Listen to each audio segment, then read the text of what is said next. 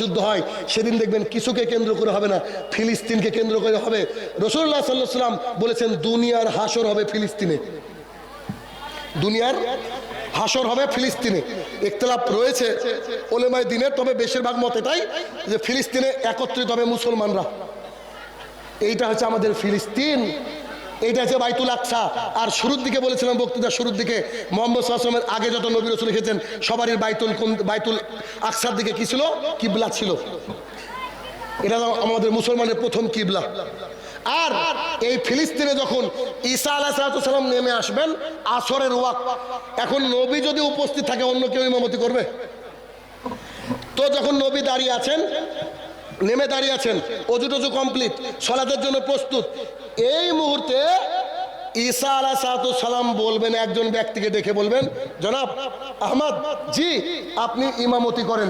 লোকজন সবাই তাকিয়ে বলবে, আরে সাপোজ ধরেন আমি জেনারেল ছেলে, নাজমে আলম সাহেব আছেন, এখন ইমামতি করার সময় নাজমে আলম সাহেব যদি অপরিচিত একজন ব্যক্তিকে ডাকে, আপনারা অবাক হবেন কি হবেন না?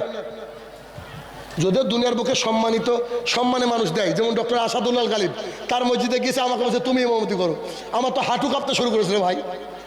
ডক্টর আসাদুল্লাহ গালিব আমার পেছনে নামাজ পড়বে, এটা সূরা কিরাত তো এমনি ভুল পড়ে আরো ভুল হয়ে যাবে, এটা আলাদা কথা। কিন্তু ঈসা আলাইহিস সালাম কাকে ডাকবেন? বলবে আহমদ তুমি ইমামতি করো।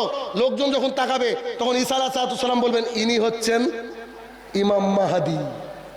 বুঝতে পারেননি? ইমাম মাহদীর প্রকাশ, তাকে সবাই চিনবে কোথায়?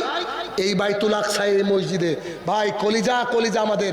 এই জন্য এই ফিলিস্তিনের জন্য আপনারা দিনরাত দোয়া করেন, কেঁদে কেঁদে দোয়া করেন। এই ফিলিস্তিন কিন্তু মুসলমানকে নিতেই হবে, আর আসবে, এটা নিশ্চিত থাকেন, নিশ্চিত। ফিলিস্তিন আমাদের বাপদাদার জমি, কি কেউ ছেড়ে দেবে? কেউ ছাড়বে না। আর এটার সাথে জড়িত কত কি বলেন তো, কত কি জড়িত। অতএব হে আমার প্রতিপালক, এতক্ষণ যে আলোচনা করলাম মাবুদ, শুধুমাত্র তোমার সন্তুষ্টির জন্য, মানুষের হেদায়েতের জন্য আলোচনা করেছি মাবুদ। প্রত্যেকটা অংশ যেন আমি এবং যারা শুনলো এবং যারা শুনবে ভবিষ্যতে মিডিয়ার মাধ্যমে, আল্লাহ সবাই যেন মানতে পারে, আল্লাহ সেই তৌফিক আতা করো, আল্লাহুম্মা আমিন। হে আমার প্রতিপালক, ফিলিস্তিনে হাজার হাজার শত শত শিশুরা মায়ের বুক খালি হয়ে গিয়েছে। এই মায়ের বুক যে খালি হয়ে গেছে মাবুদ, এই মায়ের বুকগুলোকে তুমি রহমত দিয়ে পরিপূর্ণতা দান করো, আল্লাহুম্মা আমিন। হে আমার প্রতিপালক, যারা চলে গিয়েছে ফিলিস্তিনের, তাদেরকে শহীদি মর্যাদা দান করে তুমি জান্নাতুল ফেরদৌস নসিব করে দাও, আল্লাহুম্মা আমিন। এবং এই পার সুজাপুরের যতজন মানুষ শুনলো, সবাই যেন হেদায়েতের উপরে থাকে, আল্লাহ তুমি সেই পূর্ণাঙ্গ হেদায়েত দান করো। শেষে বলছে, হিন্দুদের পূজা উপলক্ষে বা পূজা অনুষ্ঠান উপলক্ষে চাঁদা আদায়ের জন্য আসলে কি পয়সা দেওয়া যাবে? পুজোই তো নাই বললাম, 7 নম্বর অধ্যায় 20 নম্বর মন্ত্র। পুজো করবে কেন? শোনার পর তো উচিত। তবে ভাই যদি আসে, বাড়িতে বসে পোলাও বিরিয়ানি খাবেন, তো গরু যেন না থাকে, পোলাও বিরিয়ানি খাবেন, ভাইকে দরকার হাত পা ধরে বলবেন, ভাই আমরা মুসলমান মানুষ তো, আমাদের নীতি বিরোধী কাজ, আপনাকে ভালোবাসি, রক্ত লাগলে দিব, খেতে না পারে দিব, তো দয়া করে পুজোর জন্য আমাকে চাঁদা চাইয়েন না। সূরা বাকারা, সূরা মাইদা 16 নম্বর 2 আয়াত নম্বর 2, সূরা মাইদা 16 নম্বর 5 আয়াত নম্বর 2, আল্লাহ সুবহানাহু ওয়া তাআলা বলেছেন যে ভালো কাজের প্রতিযোগিতা করো, মন্দ কাজ থেকে দূরে থাকো। পুজোর চাঁদা দিতে পারবো না, পোলাও বিরিয়ানি খান, খাওয়াবো, রক্ত লাগলে আপনার স্ত্রী ডেলিভারিতে আমি উপস্থিত, আপনি অসহায়, আপনার আমফানে ঝড় টিন উড়ে গেছে, কিনে দেবো, পুজোর চাঁদা চাইয়েন না। ভাই ভালো করে বলবেন, দেখবেন জুলুম করবে না, বলবেন আমরা লাখুম দিলুকুম ওয়ালিয়া দিন, আপনার ধর্ম আপনি পালন করেন, আমার ধর্ম আমি পালন করি। হে আমার প্রতিপালক, আমরা যেন এরকম জুলুমের শিকার না হই, আল্লাহ তুমি সেই তৌফিক আদা করো, আল্লাহুম্মা আমিন। এবং আমার সনাতন ধর্মাবলম্বী ভাই বোনদের জন্য ঐকান্তিকভাবে দোয়া করি, আল্লাহ এই আলোচনা যতজন শুনলো সবাইকে তুমি হেদায়েতের রাস্তায় নিয়ে আসো, আল্লাহুম্মা আমিন। আসসালামু আলাইকুম রহমতুল্লাহি ওয়া বারাকাতুহু।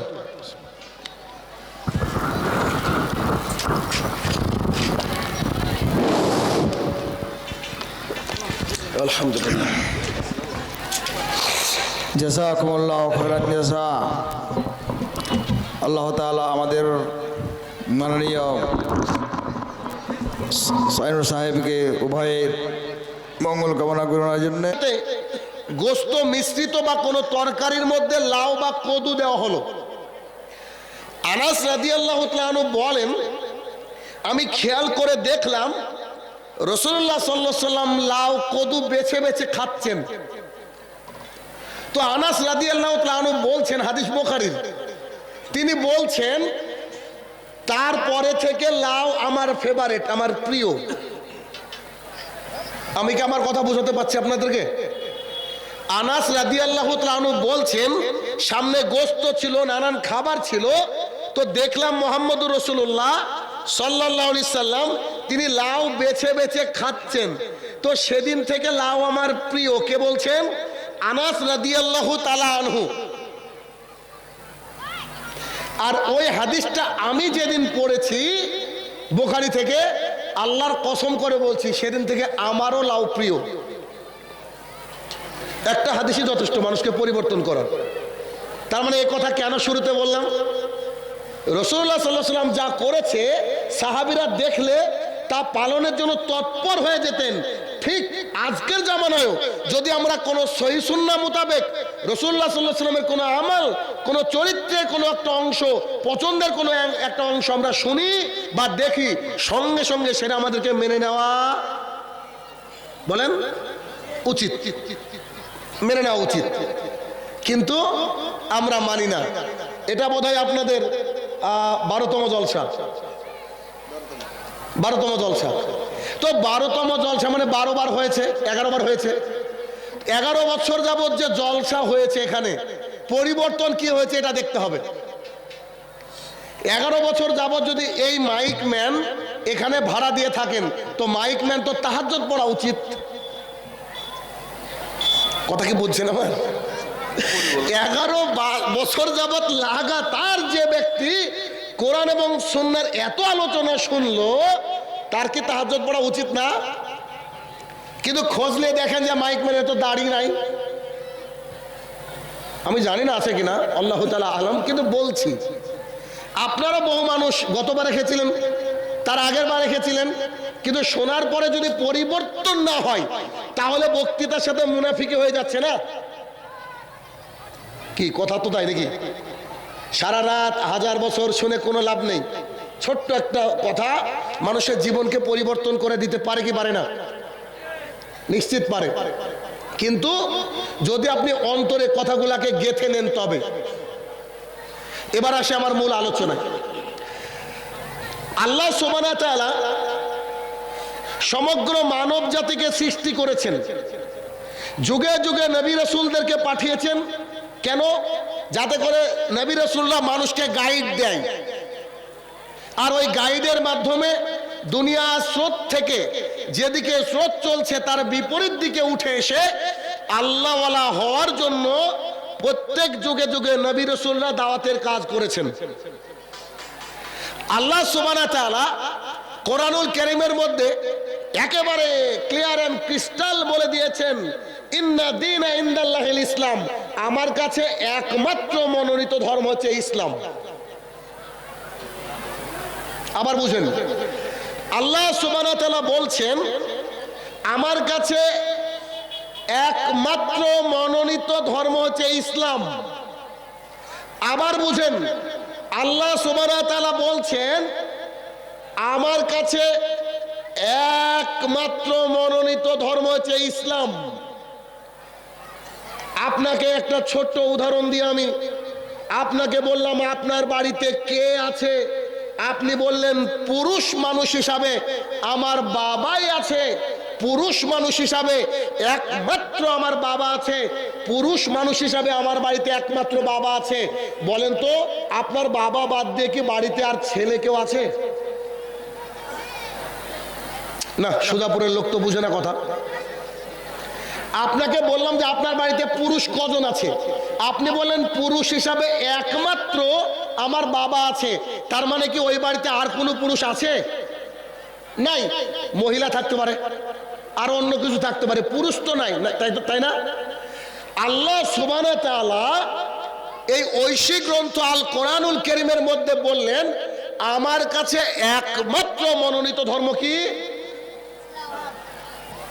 গুগলে এখন আপনি লিখেন যে how many religions are there in the world, এই পৃথিবীতে কতগুলা ধর্ম আছে, তো গুগল আপনাকে বলে দেবে 4000 প্লাস। কত? 4000 প্লাস। 4000-এর উপরে ধর্ম আছে। আল্লাহ তাআলা যে বাক্যটা বললেন, এই বাক্যটাকে যদি আমরা মেনে নিই তার অর্থ হচ্ছে যে ৩৯৯৯টা ধর্ম বাতিল, একটা ধর্মের মানুষই জান্নাত যাবে। অর্থাৎ পৃথিবীর বুকে যতই কোনো ধর্ম থাকুক না কেন, ওই ধর্মের ৫ পয়সা মূল্য আল্লাহ তাআলার কাছে নেই। আল্লাহ সুবহানাহু ওয়া তাআলা বলছেন, আমার কাছে একমাত্র মনোনীত ধর্ম অ্যাকসেপ্টেবল রিলিজিয়ান হচ্ছে ইসলাম। ইসলাম ছাড়া আর কোনো ধর্ম আমি গ্রহণ করব না। আরো ভালো করে আপনাকে বোঝানোর জন্য বলি, আপনার এলাকার পঞ্চায়েত প্রধান বলছেন প্রত্যেককে ১ বস্তা করে মিনিকিট চাল দেওয়া হবে। কালকে সকালবেলায় আমার পঞ্চায়েতের সামনে আসবেন। তবে শুনে রাখেন, যার খাদ্য সুরক্ষা কার্ড আছে তাকেই চাল দেওয়া হবে, আর যাদের নেই তাদেরকে চাল দেওয়া হবে না। তার মানে চাল আনতে গেলে শর্ত কি?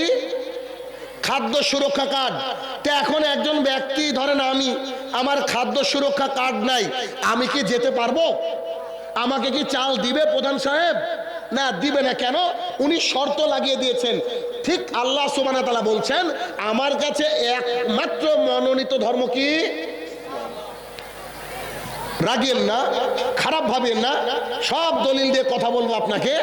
হিসাব অনুযায়ী বোঝা যাচ্ছে ইহুদি চলবে না, খ্রিস্টান চলবে না, বৌদ্ধ চলবে না, পারসি চলবে না, হিন্দু চলবে না, পৃথিবীতে যত ধর্ম আছে কিছু চলবে না।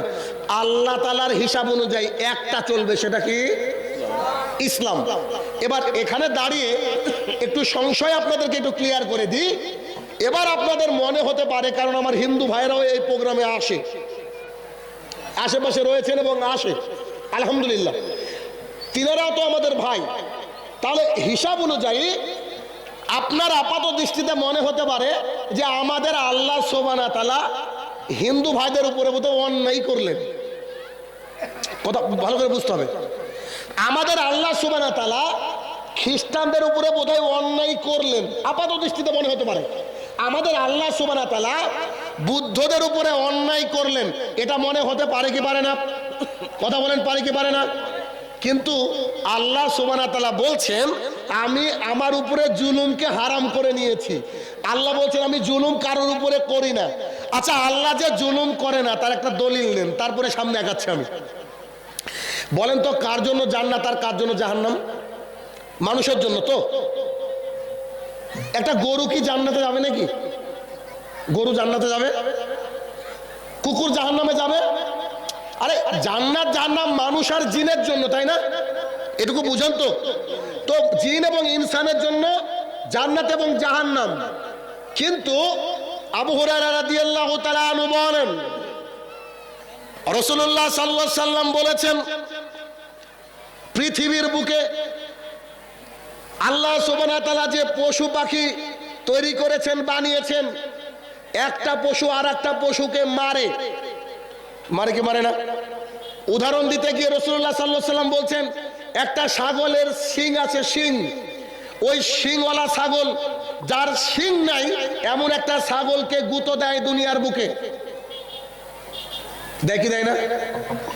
রাসূলুল্লাহ সাল্লাল্লাহু আলাইহি সাল্লাম বলছেন, কিয়ামতের মাঠে আল্লাহ সুবহানাহু ওয়া তাআলা যার শিং ছিল দুনিয়াতে আর যার শিং ছিল না, তাদের দুজনকে মুখামুখি করবে। মানুষের তো বিচার হবে, পশু পাখিরও বিচার হবে। কেমন করে হচ্ছে দেখেন, আল্লাহ সুবহানাহু ওয়া তাআলা শিংওয়ালা ছাগল আর অশিংওয়ালা ছাগল দুজনকে সামনে করে